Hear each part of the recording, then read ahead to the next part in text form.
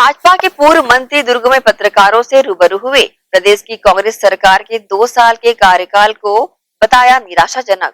प्रदेश की कांग्रेस सरकार के 2 साल के कार्यकाल को निराशाजनक बताते हुए असफलताओं की कहानी बताने दुर्ग में जिला भाजपा कार्यालय पहुंच पूर्व मंत्री बृजमोहन अग्रवाल ने पत्रकारों से रूबरू होते हुए कहा कि प्रदेश सरकार के 2 वर्ष माफिया राज को बढ़ावा देने वाले हैं। उन्होंने ये भी कहा कि कांग्रेस के अल्प कार्यकाल में प्रदेश में आपराधिक घटनाओं में वृद्धि हुई है और ये भी कहा कि कांग्रेस ने किसानों के साथ भी छल किया है। पिछले वर्ष दिसंबर में खरीदे गए धान की बकाया राशि 15 महीने बीत जाने के बाद भी सरकार ने किसानों के खाते में जमा नहीं की है।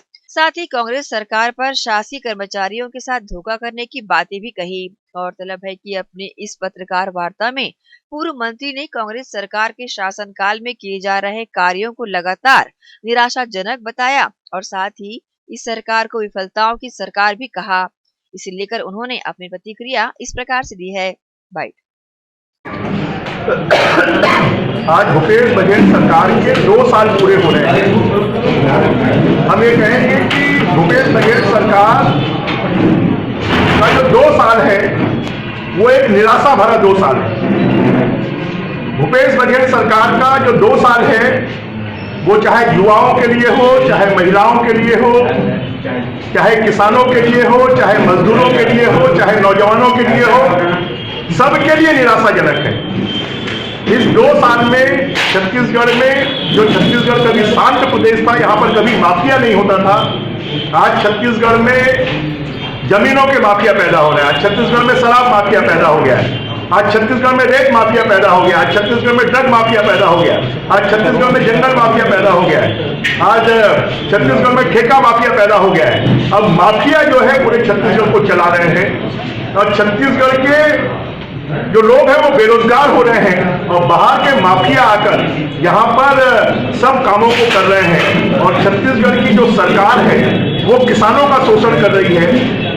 आज छत्तीसगढ़ को किसानों को 12 महीने के बाद भी जो 2500 रुपए राशि मिलनी चाहिए वो नहीं मिल रही है और चौथी किस्त मार्च में देने की बात कही गई है, 16 महीने बाद मिलेगी और इस साल का जो धान खरीदा गया है उसकी राशि कब मिलेगी इसका ठिकाना नहीं है। इससे राजीव गांधी जो न्याय योजना है वो न्याय योजना नहीं होकर वो अन्याय योजना है और इसलिए छत्तीसगढ़ कांग्रेस की सरकार हताश है, निराश है और हताश और निराश व्यक्ति अंत में भगवान की शरणों में जाता है। जिन लोगों ने प्रभु राम के अस्तित्व को नकारा, राम सेतु के अस्तित्व को नकारा, प्रभु राम की जन्मभूमि के अस्तित्व को नकारा, आज उनको प्रभु राम की शरणों में जाने के लिए मजबूर होना पड़ रहा है। मैं प्रभु राम माता कौशल्या से यही कामना करूंगा कि उनको सद्बुद्धि दे। ये क्या होगा? हमारे समय कभी बागवानी की कमी हुई क्या? हमारे समय कभी रकबा काटा गया क्या? हमारे समय आज किसानों को 7-7 दिन हो गया धान बेचे हुए, अभी तक उनके खाते में पैसा नहीं गया। हमारे समय पर दूसरे तीसरे दिन किसान के खाते में पैसा चला जाता था। आज किसान परेशान है। हमने किसानों से जो वादा किया उसको पूरा किया। आज किसान अब कांग्रेस की सरकार उन वादों को पूरा नहीं कर रही। जिस तरह से पूर्व मंत्री ने कांग्रेस सरकार के खिलाफ गंगा जल लेकर शराबबंदी करने की बात कही थी, जो आज गली गली दुकानें खुली नजर आ रही है, इसके साथ ही अन्य विषयों पर गंभीर आरोपों को लगाते हुए मंत्री ने पत्रकार वार्ता ली है।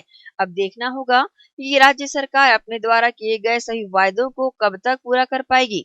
ग्रैंड एशियन न्यूज के लिए दुर्ग से नसीम फारूकी की रिपोर्ट।